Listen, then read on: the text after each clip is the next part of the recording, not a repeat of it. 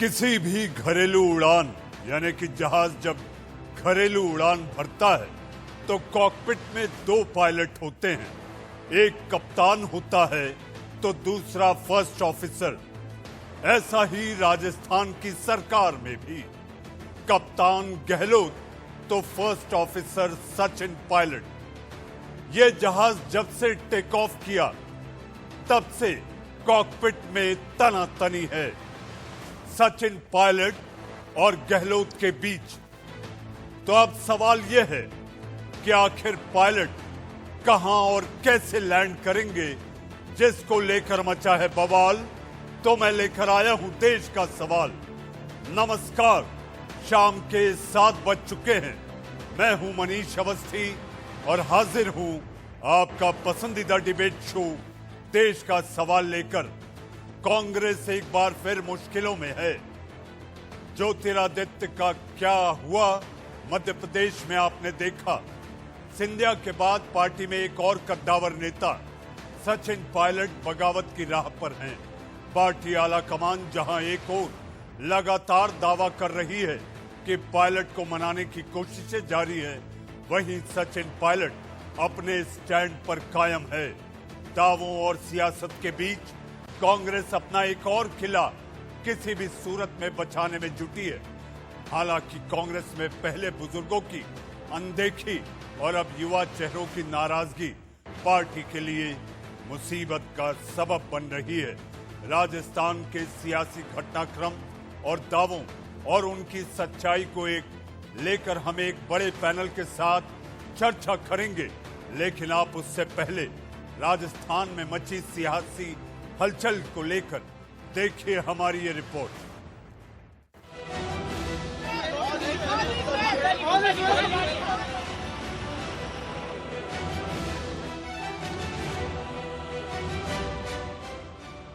राजस्थान का सियासी घमासान अपने पूरे उफान पर है। उप मुख्यमंत्री सचिन पायलट के बागी तेवरों के बीच संकट में घिरे गहलोत हालांकि अब मुस्कुराते नजर आ रहे हैं और ऐसा लग रहा है कि एक बार फिर मुख्यमंत्री अशोक गहलोत ने राजस्थान में बाजी पलट दी है। गहलोत खेमे ने दावा किया कि उनके पास 107 विधायक हैं, यानी बहुमत के आंकड़े 101 से ज्यादा। लेकिन इन दावों के बीच कांग्रेस को एक बार फिर रिजॉर्ट पॉलिटिक्स का सहारा लेना पड़ा है। सीएम गहलोत खुद विधायकों को लेकर होटल पहुंचे। दिल्ली से पहुंचे पर्यवेक्षक भी उनके साथ हैं। सीएलपी की बैठक में शामिल हुए पार्टी विधायकों की संख्या को देखते हुए पार्टी निश्चिंत नजर आ रही है और पार्टी के आला नेताओं ने सचिन पायलट को मनाने की तैयारियां भी शुरू कर दी हैं। खुद प्रियंका गांधी और राहुल गांधी ने सचिन पायलट से बात की और सियासी संकट का हल निकालने का वादा किया है। वो हमारे साथी हैं, वो हमारे अपने हैं, वो हमारे परिवार के सदस्य हैं। हमने लंबे समय तक उनके साथ काम किया है। हमारा उनके प्रति स्नेह है, हमारा उनके प्रति आदर है। वो हमारे अपने हैं। और अगर परिवार का कोई सदस्य नाराज हो जाए तो वो परिवार को गिराता नहीं, परिवार के साथ बैठकर उसका हल निकालता है। कांग्रेस पार्टी के दरवाजे खुले मन से मैं कह रहा हूं, अजय माकन जी की ओर से और प्रभारी महासचिव पांडे जी की ओर से और सोनिया जी और राहुल जी की ओर से, कि वो सचिन जी हों या दूसरे विधायक हों, उनके लिए कांग्रेस के दरवाजे खुले हैं। पार्टी फोरम पर अपनी बात रखें, हम उनकी बात, हर बात का हल निकालने के लिए खुले मन से तैयार हैं। राजस्थान कांग्रेस में बनते बिगड़ते समीकरणों के बीच कुछ सवाल हैं जो इस वक्त अहम हो जाते हैं। क्या कांग्रेस पार्टी 70 की उम्र पार कर चुके नेताओं को दरकिनार कर रही है? क्या राहुल की टीम उनका साथ छोड़ रही है? ऑपरेशन लोटस आखिर थमता क्यों नहीं नजर आ रहा? और सबसे अहम सवाल, क्या राजस्थान के बाद अगली बारी महाराष्ट्र की है?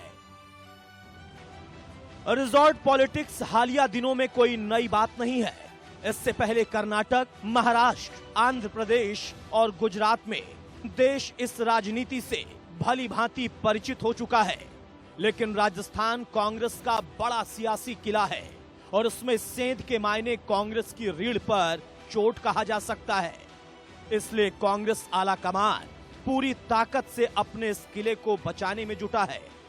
हालांकि राजस्थान की राजनीति में पके हुए गहलोत के आगे फिलहाल सचिन पायलट फीके नजर आ रहे हैं। लेकिन ऑपरेशन लोटस उन तारीखों का गवाह है जब कांग्रेस के हाथ आई बाजी अचानक उसके हाथ से निकल गई। फिलहाल देखना होगा कि राजस्थान में गहलोत बनाम पायलट की जंग में बाजी कौन मारेगा। लेकिन फिलहाल तो यही लग रहा कि इस बार गहलोत ने संकट को साध लिया है। Bureau report, India news. आपने देखा कि फिर एक बार राजस्थान सरकार पर संकट के बादल, लेकिन संकट के बादल छटने का दावा गहलोत कैंप कर रहा है। मेरे साथ इस पर चर्चा और बहस करने के लिए मेहमानों का बड़ा पैनल होगा। इस वक्त मेरे साथ मेरे अपने राजस्थान क्षेत्रीय इंडिया न्यूज चैनल के संपादक मनु शर्मा और आपके टीवी स्क्रीन पर कांग्रेस के प्रवक्ता सुरेंद्र सिंह राजपूत जुड़ चुके हैं। सबसे पहले सुरेंद्र जी, मैं आपके पास आऊं उससे पहले मैं ग्राउंड रिपोर्ट के लिए चलता हूं अपने सहयोगी मनु शर्मा के पास। मनु, अगर आपसे कहा जाए तो फिर एक बार जादूगर की जादूगरी चलती हुई दिखाई दे रही है, लेकिन जादूगरी एक इल्यूजन होता है। ये कितने समय तक रहेगा इसकी कोई गारंटी नहीं।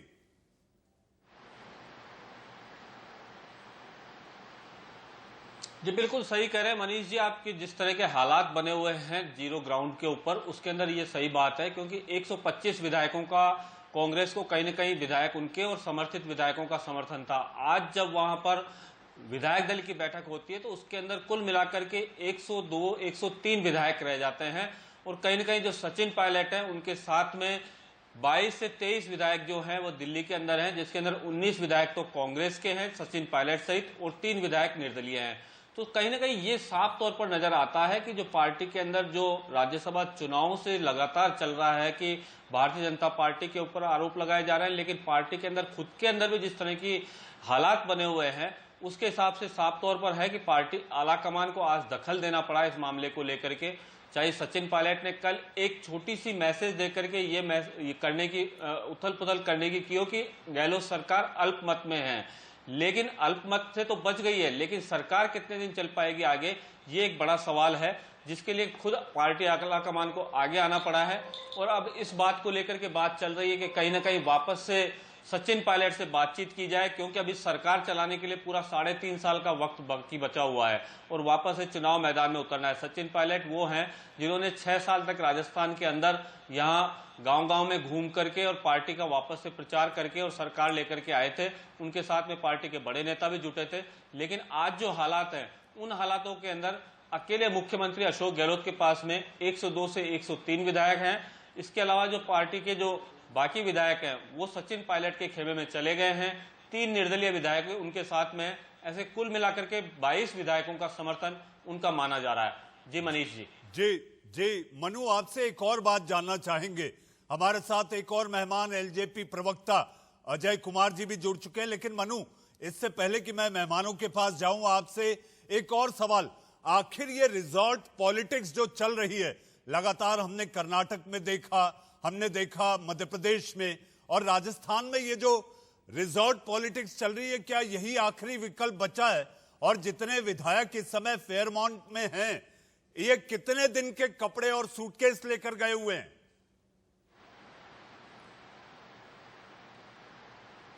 ये कपड़े और सूटकेस लेकर के नहीं पहुंचे हैं ये लोग। इन लोगों ने अपने जो परिजन हैं और जो लोग इनके जानकार हैं उनके माध्यम से वहां पर मंगवाए हैं। लेकिन ये बात आज विधायक दल की बैठक के अंदर भी हुई थी। विधायक दल की बैठक के अंदर जैसे ही बैठक खत्म हुई, क्योंकि गहलोत जानते थे इस बात को कि जो विधायक उनके यहाँ पर जुटे हुए हैं उनमें भी तोड़फोड़ हो सकती है, उनको भी पार्टी कहीं ना कहीं दूसरी पार्टी भारतीय जनता पार्टी हो चाहे सचिन पायलट का खेमा हो कहीं से ले सकता है। क्योंकि यहाँ आज आपको सबसे बड़ी खबर एक साथ में यह भी है कि अशोक गहलोत के जो करीबी रहे हुए लोग हैं उनके ऊपर इनकम टैक्स के छापे भी पड़े हैं और यही वही फेयरमाउंट होटल है जिसके ऊपर सुबह आईटी की कार्रवाई भी हुई थी। तो ये बात बिल्कुल साफ है कि जितनी बड़ी पॉलिटिक्स हो रही है उसके साथ में कहीं ना कहीं मुख्यमंत्री अशोक गहलोत इस बात को जानते हैं कि उनके पास में जो विधायकों का एक जो मैजिक फिगर है वो केवल उतना ही बचा हुआ है। 101 का एक मैजिक फिगर है, 102, 103 विधायकों का फिगर उनके पास में है। जी मनु, एक छोटा सवाल और छोटा जवाब। आपको क्या कोई जानकारी है कि सचिन पायलट ने आखिर क्या शर्तें रखी हैं?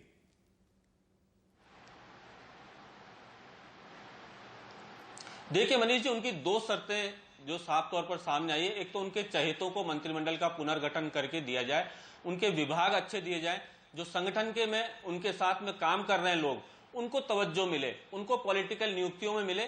दूसरी बात, उनकी खुद की जो महत्वाकांक्षा सामने निकल करके आई है वो ये है कि सचिन पायलट अभी भी पीसीसी चीफ बना रहना चाहते हैं। दूसरा, डिप्टी सीएम का पद, मानी एक व्यक्ति एक पद का सिद्धांत उनके ऊपर लागू नहीं होना चाहिए। ये उनकी मेन डिमांड्स हैं। जी जी मनु, आप बने रहिए, आप कहीं मत जाइएगा क्योंकि आपके पास लगातार ब्रेकिंग खबरें आ रही हैं। आप हमारे साथ बने रहें। मेरे साथ सुरेंद्र सिंह राजपूत जी हैं। सुरेंद्र जी, सरकार बचेगी या जाएगी? सरकार हमारी स्थिर है मनीष, और सरकार पूरे 5 साल चलेगी। भारतीय जनता पार्टी का प्रोपोगेंडा फुस हो गया है। भारतीय जनता पार्टी ने जो लोकतंत्र को आज धनतंत्र में बदलने की कोशिश की, वो राजस्थान के बहादुर विधायकों ने और सम्मानित विधायकों ने उसको फेल कर दिया है। आपके सामने है कि उसके बाद फिर उन्होंने गणतंत्र की कोशिश की, इनकम टैक्स की रेट डाली, ईडी की रेट डाली और पूरे राजस्थान को डराने की कोशिश की। उस राजस्थान को डराने की कोशिश की जो विदेशी आक्रांताओं से नहीं डरा। तो ये राजस्थान को डराने वाले लोग कौन है? इन्होंने आज राजनीतिक अस्मिता पर चोट मारी है। ईडी को शामिल करके, और अब कल सीबीआई को भी शामिल कर ले, हमें कोई फर्क नहीं पड़ता है। सुबह से आज देखिए सीबीआई की क्या नाम, ईडी की रेड हो रही है, इनकम टैक्स की रेड हो रही है, और तमाम तरीके से राजस्थान को डराने की कोशिश की जा रही है भारतीय जनता पार्टी के नेताओं के द्वारा। लेकिन भारतीय जनता पार्टी के नेताओं ने वहां पर मुंह की खाई है। आप देखें घटनाक्रम को पूरी तरीके से, आप स्वयं इस बात को तकसीद कर रहे हैं कि ऑपरेशन लोटस चला है। ये ऑपरेशन लोटस कौन चला रहा है भाई? भारतीय जनता पार्टी के नेता कह रहे हैं हमें तो पता ही नहीं है कि कौन चला रहा है, कौन नहीं चला रहा है, लेकिन इंडिया न्यूज जैसा सम्मानित चैनल ऑपरेशन लोटस चला रहा है। सुरेंद्र जी, इस कार्यक्रम का संचालन करने के हेतु ये मेरा दायित्व बन जाता है कि आपसे कुछ सवाल किए जाएं, क्योंकि सवाल करने वाले बीजेपी के प्रवक्ता अभी तक जुड़ नहीं पाए हैं। आपको लगता है ये सब कुछ बीजेपी कर रही है? आपकी पार्टी में सब ठीक ठाक है? कितने युवा चेहरे नाराज हैं? मध्य प्रदेश को अगर आप देखें, ज्यादा पुरानी बात नहीं है।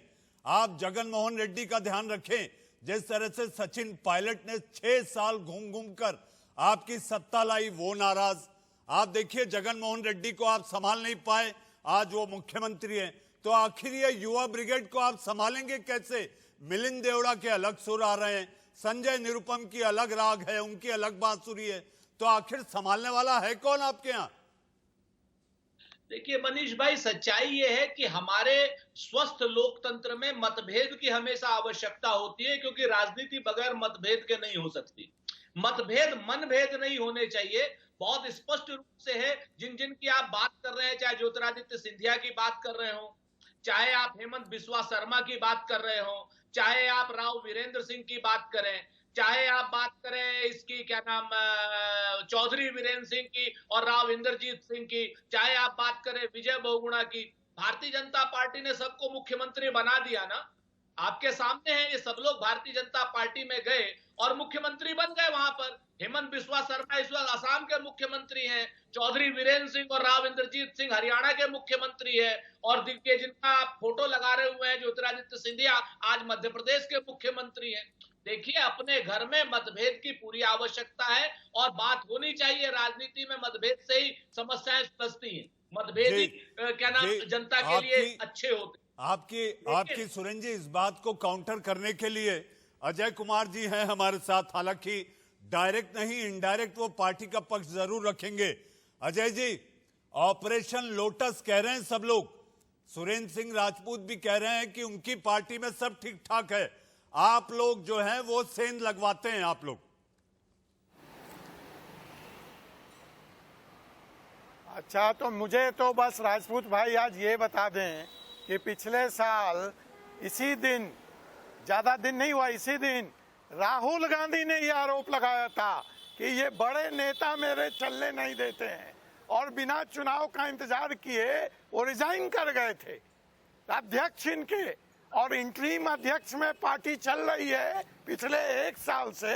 अगर इसको ठीक होना कहते हैं तो मुझे कोई गुरेज नहीं है सुरेंद्र भाई से। तो मुझे एक चीज तो ये बता दें कि अगर सब कुछ ठीक है तो कोरोना काल में ये चोर सिपाही का खेल क्यों खेल रहे हैं? आप कह रहे हैं राजस्थान के रन बांकुड़े होते हैं, तो क्या सचिन पायलट राजस्थान के बेटे नहीं हैं? क्यों उनके ऊपर आपने समन जारी कराया? ये बता दें। उनके साथ, उस राजस्थान के उस बेटे के साथ जिसने चुनाव जितवाया, ये सौतेला व्यवहार क्यों किया आपने? बताएं ये चीज। बहुत बढ़िया चुनावी भाषण है। मैं आपको इतना बता दूं खाली कि आपकी जानकारी के लिए कि सचिन पायलट को कोई नोटिस नहीं हुआ है। एक नोटिस सचिन पायलट जी और अशोक गहलोत जी दोनों को हुआ है। दोनों ही राजस्थान के रणबांकुरे हैं और दोनों ही हमारे अपने हैं और ये सिर्फ कांग्रेस की सरकार में ही हो सकता है। अरे बीच में मत बोलिए, मेरी बिल्ली मुझे मत बोलिए। अब आप जिम्मेवारी से सुन लीजिए, सुन लीजिए। अरे मनीष, अगर आपको ऐसे बहस करानी है, अगर आप ये सवाल का जवाब नहीं लेना चाहते तो बात करनी तो मुझे भी बहुत आती है। अजय जी, आपको पता है चिल्लाता मैं सबसे के सामने बहुत सारे सवाल हैं। आपने तो केवल नोटिस का जिक्र किया। सीएलपी बैठक में क्यों नहीं पहुंचे सचिन पायलट और कई विधायक? वो भी उनसे सवाल पूछना है। मुझे तो सिब्बल के ट्वीट पर भी सवाल पूछना है। सुरेंद्र जी जवाब दीजिए, सवाल ढेर हैं। बिल्कुल बिल्कुल, चिंता मत कीजिए, एक एक सवाल का जवाब दूंगा, आप पूछते जाइए। भाजपा के प्रवक्ता कोई आवश्यकता नहीं है आपके चैनल पर। अच्छे अच्छे सवाल आप पूछते रहिए, हम जवाब देते रहेंगे। पहली चीज जो नोटिस की बात है, नोटिस सिर्फ भारतीय जनता पार्टी के किसी शासन में किसी मुख्यमंत्री को नहीं दिया जा सकता, सिर्फ कांग्रेस के शासन में दिया जा सकता है, क्योंकि कांग्रेस संविधान की रक्षा करनी जानती है। वही नोटिस अशोक गहलोत को मिला है और वही नोटिस सचिन पायलट साहब को मिला है एसओजी का, और वो उसका दोनों लोग जवाब देंगे। ये कांग्रेस का ही वो सिपाही कर सकता है, क्योंकि संविधान की लाज रखनी आती है कांग्रेस को। हम लोग भारतीय जनता पार्टी के तरीके से नहीं है कि सुप्रीम कोर्ट, ईडी, सीबीआई सारी संस्थाओं को खत्म करके सुरेंद्र जी, आपको एक जानकारी देना चाहूंगा। अगर आप टीवी स्क्रीन नहीं देख पा रहे होंगे, एक जानकारी देना चाहूंगा। मेरे साथ इस वक्त बीजेपी के प्रवक्ता प्रेम शुक्ला जी जुड़ चुके हैं। और प्रेम जी, आपको मैं ये बता दूं, मेरे लिए सच्चाई है कि आवश्यकता नहीं थी। प्रेम भाई को कोई और अच्छा और जगह पे आ सकते थे, लेकिन अब आए हैं तो प्रेम जी को मैं ये बता दूं कि आपने क्या आरोप लगाया था। प्रेम जी, आपके 16 मिनट तक नहीं जुड़ने के कारण, प्रेम जी 16 मिनट आपके जुड़ने में देरी हुई, तो सुरेंद्र सिंह राजपूत ने ये आरोप लगा दिया कि प्रवक्ता की जरूरत नहीं है, चैनल तो चल रहा है। प्रेम जी, बड़े प्रेम से आपको साफ करना होगा कि देश के सवाल का कार्यक्रम निष्पक्ष है।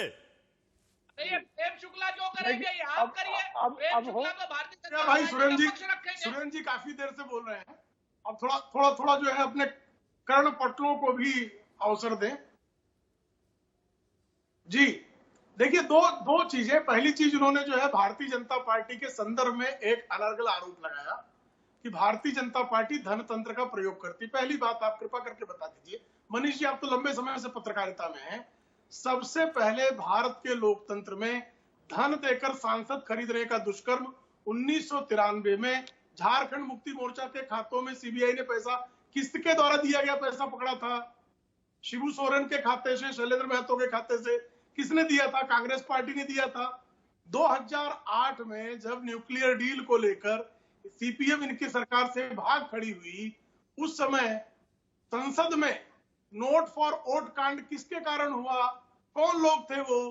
क्या भारतीय जनता पार्टी के संदर्भ में इस तरह का कोई ठोस प्रमाण कहीं से भी? अनर्गल आरोप तो आप कुछ भी लगा सकते हैं।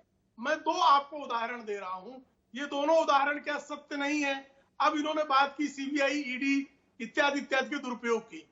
मुलायम सिंह यादव जी जिस उत्तर प्रदेश से आदरणीय सुरेंद्र राजपूत जी आते हैं, उसी उत्तर प्रदेश में डिस्प्रपोर्शनेट एसेट केस में अमर सिंह का ये बाकायदा इंटरव्यू तहलका टीवी को दिया, तहलका मैगजीन को दिया था, जिसमें उन्होंने कहा कि सीबीआई का डंडा दिखाकर परमाणु समझौते पर समाजवादी पार्टी का समर्थन लिया गया। क्या ये सत्य नहीं है? भारतीय जनता पार्टी कभी भी संवैधानिक किसी भी प्रतिष्ठान का दुरुपयोग नहीं करती। दूसरी बात, बार बार इन्होंने कहा कि संवैधानिकता का दुरुपयोग भारतीय जनता पार्टी करती है। 1947 से 2014 तक 90 से अधिक ऐसी सरकारें रही जिन सरकारों के पास, राज्य सरकारों के पास पूर्ण बहुमत होने के बावजूद उन सरकारों को बर्खास्त करने का कुकर्म कांग्रेस की सरकारों ने किया। भारतीय जनता पार्टी ने आदरणीय अटल बिहारी वाजपेयी जी का 6 वर्ष का कार्यकाल, आदरणीय मोदी जी का 6 वर्ष का कार्यकाल, एक भी जिसके पास बहुमत वाली सरकार को कोई बर्खास्त किया क्या? तो कृपा करके संविधान की दुहाई, संविधान के हत्यारे ना दे तो ही बेहतर है। लेकिन प्रेम जी आप पर जो आरोप लग रहा है, आपकी पार्टी पर जो आरोप है, आरोप यह है कि सरकार गिराने का ट्रिगर खेलने का काम आपकी पार्टी कर रही है। सचिन पायलट को जो शह मिल रही है वो ज्योतिरादित्य की परिपाटी को आगे बढ़ाती हुई दिख रही है। देखिए, आप कृपा करके मनीष जी मुझे बताइए कि सचिन पायलट किसके प्रदेश अध्यक्ष हैं, किसके डिप्टी चीफ मिनिस्टर हैं? क्या प्रदेश अध्यक्ष और इनके अंतरिम राष्ट्रीय अध्यक्ष के बीच में समन्वय साधने का दायित्व भारतीय जनता पार्टी का है? यह दायित्व तो राष्ट्रीय कांग्रेस पार्टी का है ना। तो आप कृपा करके बताइए कि आपके प्रदेश अध्यक्ष से आप संपर्क क्यों नहीं साध पा रहे हैं? क्या संकट है? क्या भारतीय जनता पार्टी ने संपर्क काट दिया है? टेलीफोन लाइंस कट गई है, नेटवर्क क्षेत्र से बाहर हो गए हैं? तो सुरेंद्र भाई, कृपा करके आरोप लगाने के पहले इस बात का ख्याल रखें कि आप जो आरोप लगा रहे हैं उसमें कुछ तथ्य कहीं से मैन्युफैक्चरिंग करने की भी स्थिति है क्या? प्रेम जी आपके इन तमाम जवाबों को लेकर पहली बार देश का सवाल की बहस में मैं सुरेंद्र सिंह राजपूत के चेहरे पर मुस्कान देख रहा हूं। सुरेंद्र जी, मेरा सवाल आपसे यह है, प्रेम जी के सारे जवाबों पे आप सवाल जवाब कर सकते हैं, लेकिन मेरा सवाल है कपिल सिब्बल का ट्वीट। कपिल सिब्बल आपकी पार्टी के वरिष्ठ नेता हैं? अगर हैं तो उन्होंने जो ट्वीट किया है वो आपने पढ़ा है? मुझे लगता है आप जैसे जागरूक पार्टी के प्रवक्ता निश्चित पढ़े होंगे। ट्वीट में लिखा है, अगर अब नहीं चेते तो घोड़े अस्तबल से ऐसे ही जाते रहेंगे। इसका क्या मतलब है सुरेंद्र जी? देखिए, 3-4 चीजें, मैं अपने के कुछ शब्दों को वापस लेता हूं आदरणीय प्रेम शुक्ला जी के सम्मान में। मैं कहता हूं, इन्होंने कहा ना कि भारतीय जनता पार्टी भ्रष्ट पार्टी नहीं है, तो मैं शब्द वापस लेता हूं, भारतीय जनता पार्टी सचमुच में भ्रष्ट पार्टी नहीं है। भारतीय जनता पार्टी अब तक के इतिहास की सबसे भ्रष्टतम पार्टी, एक चीज। दूसरी बात, मैं आपको 1948 से आदरणीय प्रेम शुक्ला जी अभी कह रहे थे हमसे कि सीबीआई से लेकर के ये, अरे भाई, अगर कोई कांग्रेस ने कमियां की थी तो कांग्रेस की कमियों को शिखंडी बनाकर कब तक ये उसके पीछे छुपते रहेंगे? क्या वही कमियां करने के लिए, उन कमियों को दूर करने के लिए जनता ने इनको सरकार दी थी, या उन कमियों को आगे बढ़ाने के लिए, मल्टीपल फोल्ड में करने के लिए इनको सरकार दी गई थी? तीसरी बात, इन्होंने कहा आज इन्होंने एक भी गलत नहीं किया, फग्गन सिंह कुलस्ते इनके यहां से पैसा लेते हैं। उसके अलावा हम आपको बताएं, गोवा की सरकार किसने गिराई, किसने चढ़ाई? कर्नाटक की सरकार किसने गिराई, किसने चढ़ाई? मध्य प्रदेश की सरकार तो बनाने में इन्होंने पूरे देश को 130 करोड़ लोगों को कोरोना के संकट में डाल दिया। बात निकलेगी तो दूर तक जाएगी। प्रेम जी, सुरेंद्र जी का इशारा समझ जाइए, बात निकलेगी तो दूर तक जाएगी। मैं चाहता हूं कि दूर तक जाए बात। मैं चाहता हूं मनीष जी कि बात दूर तक ही जाए। पहले अब सुरेंद्र जी की बात तो मैं कर दूं। सुरेंद्र जी आपकी बात जवाब ले लीजिए, सुरेंद्र जी बात थोड़ा सा कड़वा हो गई हो तो लीजिए, कर दूं। सुन लीजिए नहीं, ना। अब अगर आपका नहीं, भाई, मुझे बीच उन्होंने में सुन पूछा लीजिए। मनीष जी ने, मैंने इसलिए मैं बोल मैंने रहा हूं। कहा ना, एक तो आप प्रवक्ता भाजपा के, एक चैनल पे मनीष भाई बैठे हुए हैं, मुझे और एक बैठे हुए अजय जी, मुझे तो 3 लोगों को जवाब देना है, तो थोड़ा सा मुझे जवाब मनीष देने भाई का प्रवक्ता हो गए समय भाजपा के। दीजिए। मनीष भाई प्रवक्ता हो गए भाजपा के, नहीं नियुक्ति। मेरी बात तो सुनिए, तो मुझे तो 3 लोगों को जवाब देना है ना, तो थोड़ा समय दीजिए, थोड़ी कृपा कीजिए। आप तो वैसे बहुत वरिष्ठ पत्रकार हैं। नहीं, आप 30-40 मिनट बोलिए, मुझे कोई ना मुझे 2 मिनट बोलने दीजिए। संपादक रहे होते तो आज आप राज्यसभा में होते, भाजपा में आ गए, अब पता नहीं क्या है। हम तो, हमें तो आपसे सहानुभूति है।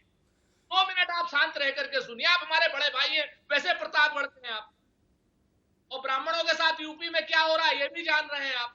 अरे आप जात पात ना लाएं, सुरेंद्र जी, जात पात न लाएं, ये देश का सवाल है। देश का सवाल, पत्रकार का धर्म केवल पत्रकारिता होती है। जात पात से पत्रकार प्रभावित नहीं होता।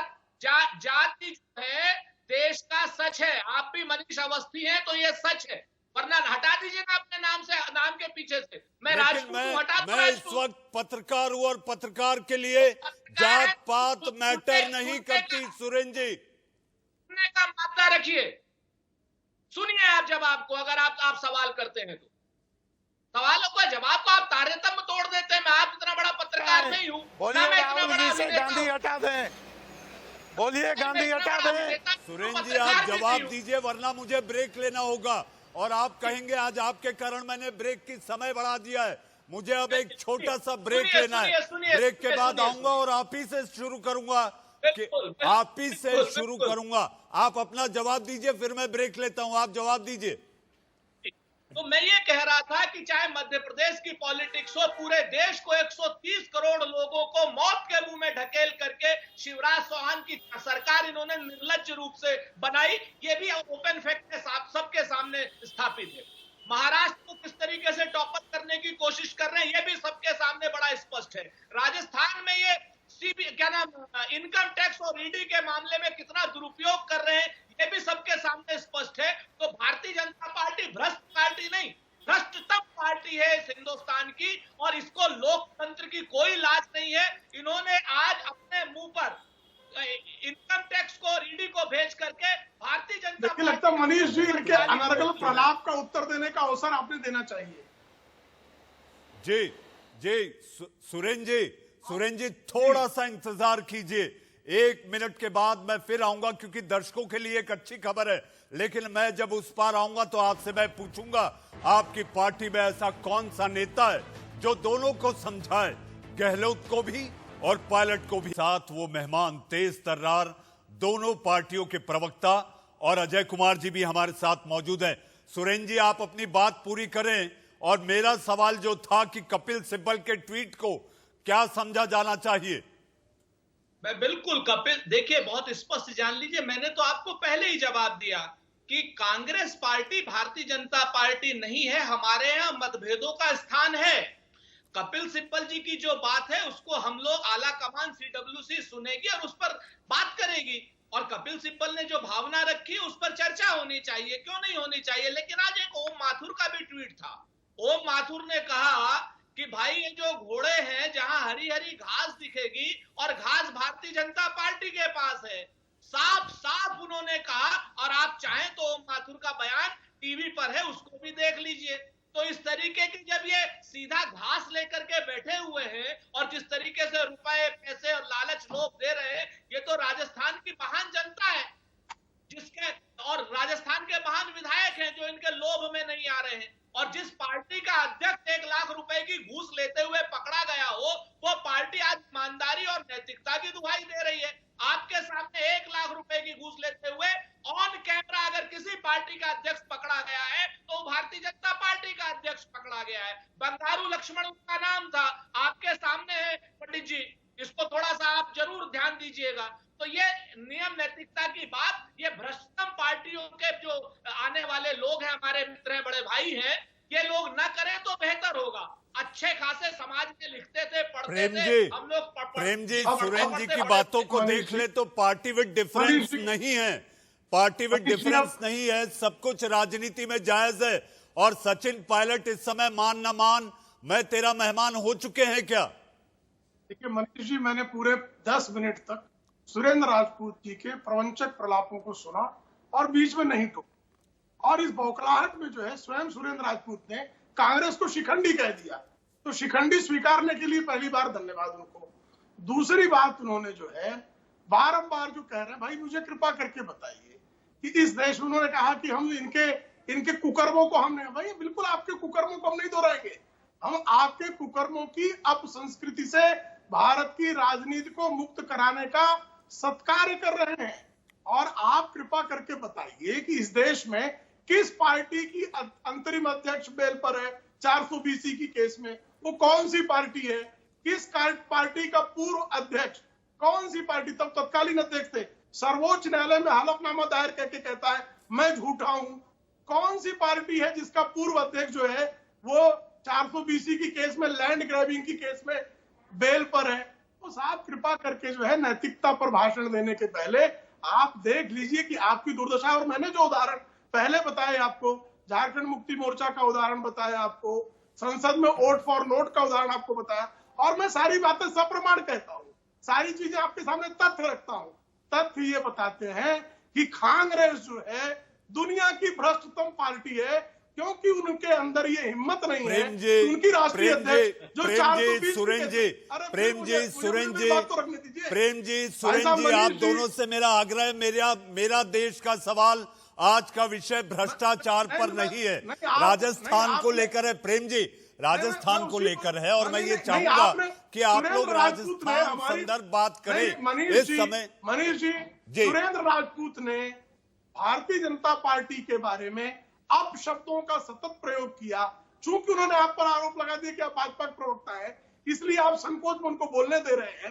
तो मुझे लगता है कि कोई यदि हम पर कीचड़ फेंकेगा तो कीचड़ फेंकने वाले के हाथ कितने कीचड़ से सने हुए हैं, ये बताना हमारा दायित्व है। इस दायित्व बोध के चलते मैंने ये बात बताई। अब आप कृपा करके मुझे ये बताइए कि सचिन पायलट जो है 10 सेकंड का जवाब देने का मौका दे दीजिएगा प्रेम जी। और सुरेंद्र जी, मेरे साथ एक और मेहमान है अजय कुमार, मुझे उनके पास भी जाना है।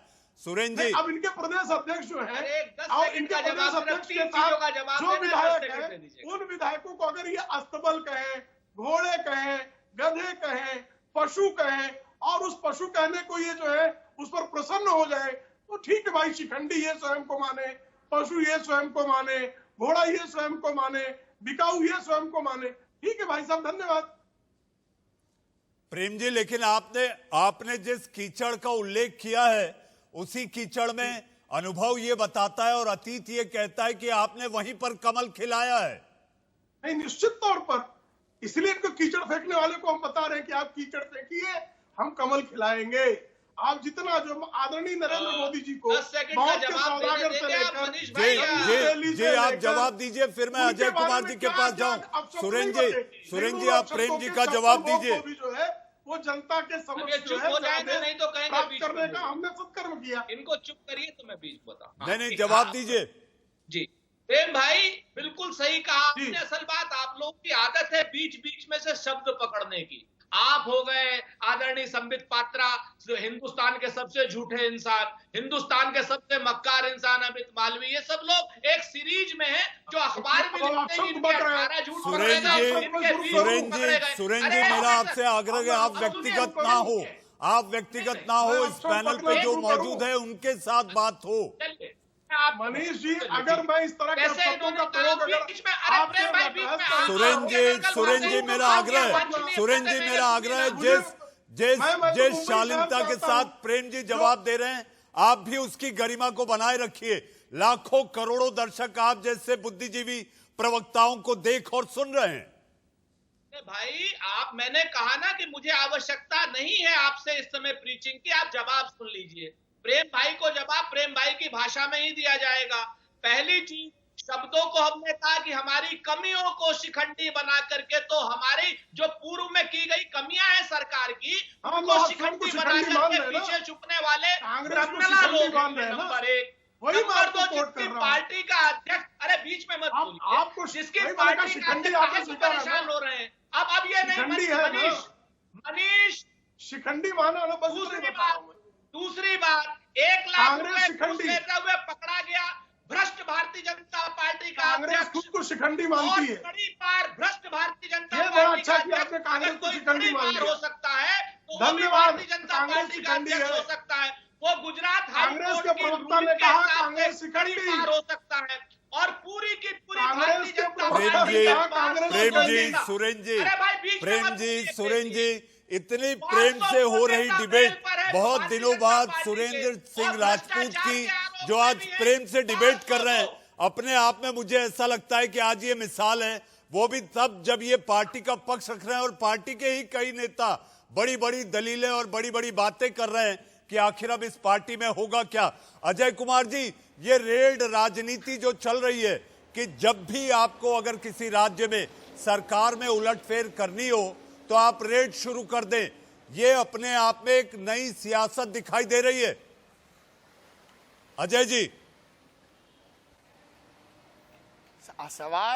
सवाल मनीष जी एक बार फिर से दोहराएं, आपकी क्या कहा आपने, कौन सी राजनीति? अजय जी मेरा सवाल यह है कि इस समय कांग्रेस पार्टी तिलमिलाई है कि केंद्र की सरकार, बीजेपी की सरकार विपक्ष को बुलडोज करने के लिए रेड राजनीति करती है।